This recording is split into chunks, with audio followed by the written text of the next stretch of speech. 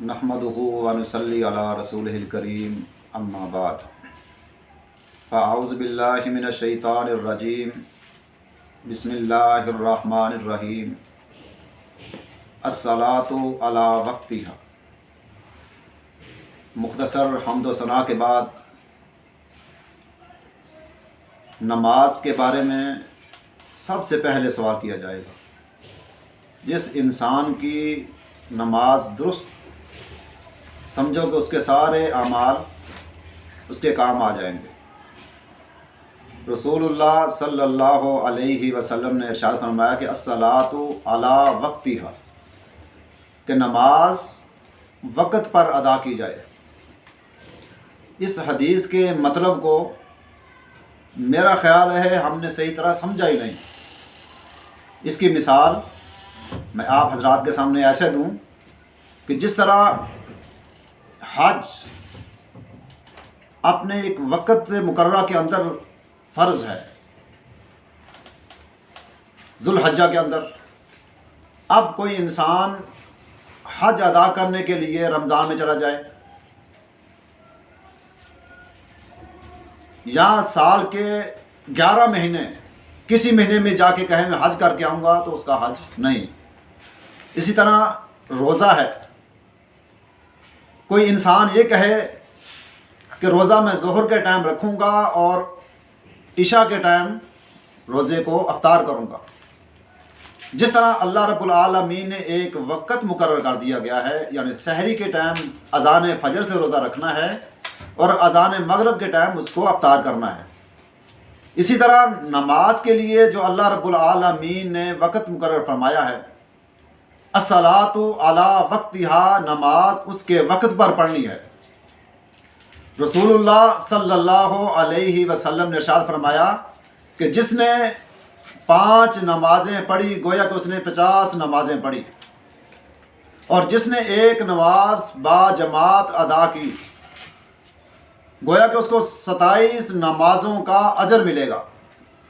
اب ایک انسان مسجد میں جاتا ہے، جماعت ہو گئی، اب وہ یہ کہے کہ میں 27 بار ایک نماز کو بار بار پڑھوں گا، 27 بار بھی وہ نماز پڑھ لے، اس کو وہ اجر نہیں ملے گا جس نے الصلاۃ علی وقتہا، نماز کو اس کے وقت کے پر با جماعت ادا کی۔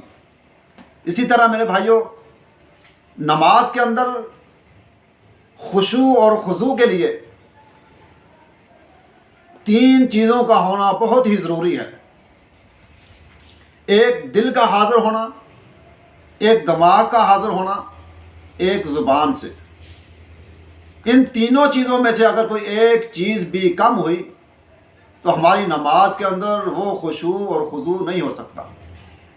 اس لیے کہ اگر آپ کی زبان حال سے آپ نماز تو پڑھ رہے ہیں لیکن آپ کو یہ خبر نہیں کہ آپ نے پڑھا کیا ہے، آپ نے کون سے کلمات پڑھے ہیں، تو پھر آپ کی نماز نہیں، نماز کے اندر وہ خشوع اور خضوع نہیں آئے گا۔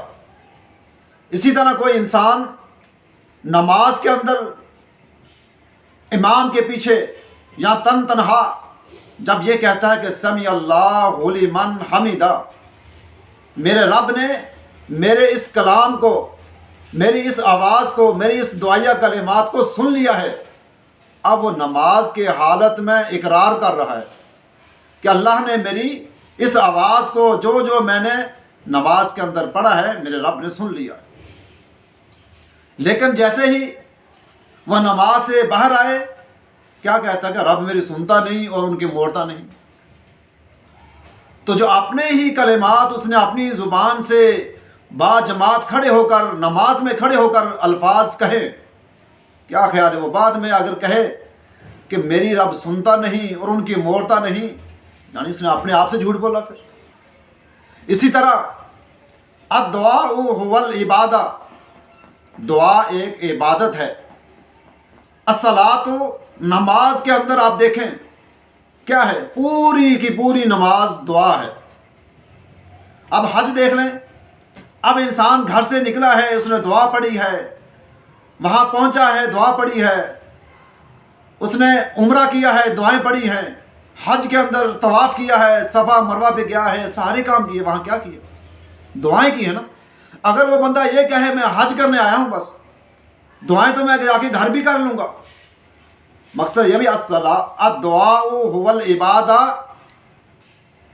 دعا ہی اصل عبادت ہے، کہ اگر اس عبادت کے اندر اس نے دعائیں نہیں کی تو وہ عبادت نہیں۔ اسی طرح روزہ ہے، اب انسان روزہ رکھے، صبح اور شام تک بھوکا پیاسا رہے، نہ نماز پڑھے، نہ کوئی دعا پڑھے، نہ کوئی قرآن پاک کی تلاوت کرے، تو رسول اللہ صلی اللہ علیہ وسلم نے فرمایا کہ اللہ رب العالمین کو اس بندے کا بھوکا پیاسا رہنا کوئی قبول نہیں۔ اب دعا یعنی نماز پوری کی پوری دعا ہے، نماز پوری کی پوری دعا ہے۔ اب اس دعا کے اندر، اس نماز کے اندر انسان دعائیں نہ پڑھے، رکوع بھی کرتا ہے، سجود بھی کرتا ہے، قیام بھی کرتا ہے، سارے کام کرے، لیکن وہ کرے یار دعا تو میں نماز کے بعد مانگوں گا، تو کیا خیال اس کی نماز ہو جائے گی؟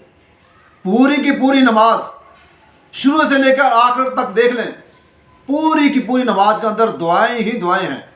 انسان جب نماز میں ہوتا ہے اپنے رب کے بہت قریب ہوتا ہے، اس وقت انسان جتنی چاہیں دعائیں کرے، اللہ رب العالمین قبول فرماتا ہے۔ اور نماز کے بعد کوئی یہ تصور کرے کہ میں دعا کروں گا اور میری نماز نہیں ہوئی، یا نماز کو دعا کا حصہ تصور کرے کہ نماز کے بعد اگر میں نے دعا نہیں کی تو میری نماز نہیں ہوگی۔ نماز ایک الگ عمل ہے، نماز کے بعد دعا کرنا وہ الگ عمل ہے۔ نمازیں سب کی ایک جیسی ہیں، مرد ہو، عورت ہو، بادشاہ ہو، فقیر ہو، کوئی بھی ہو، نماز سب کی ایک جیسی، اور حاجتیں سب کی الگ الگ۔ ہاں اگر کسی کو کوئی حاجت ہے تو اپنی دعا کرے، جتنی چاہے دعائیں مانگے۔ رسول اللہ صلی اللہ علیہ وسلم نے ارشاد فرمایا، اذان اور تکبیر کے درمیان کا وقت دعا کی قبولیت کا ہے۔ آج ہم دیکھیں ذرا، گھر میں بیٹھے ہوئے ہیں، کیا نماز ہونے میں ابھی 10 منٹ ہیں، ابھی 5 منٹ ہے، ابھی 3 منٹ ہے، جب 2 منٹ رہ گئے، 1 منٹ رہ گئے، بھاگتے ہوئے گئے مسجد کی طرف، وضو بھی مکمل نہیں کیا، کہیں رکعت نہ نکل جائے۔ رسول اللہ صلی اللہ علیہ وسلم نے فرمایا کہ جب آپ نماز کے لیے آئیں، وضو کریں، بالکل مکمل وضو کریں، اس کے بعد نماز کے لیے بڑے آرام اور سکون سے آئیں، بھاگتے ہوئے نہ جائیں۔ یا ہم دیکھتے ہیں کہ جیسے وضو مکمل کیا نہیں کیا، بھاگتے ہوئے نماز میں ملتے ہیں، کہیں رکعت نہ رہ جائے۔ اور جو دعا کی قبولیت کے لمحات رسول اللہ صلی اللہ علیہ وسلم نے بیان فرمائے، اس سے ہم محروم ہو۔ تو میرے عزیز بھائیوں، اللہ رب العالمین سے دعا ہے کہ رب کائنات ہمیں نماز کو کما حق ہو رسول اللہ صلی اللہ علیہ وسلم کی سنت کے مطابق پڑھنے کی توفیق عطا فرمائے۔ وما علینا الا البلاغ المبین۔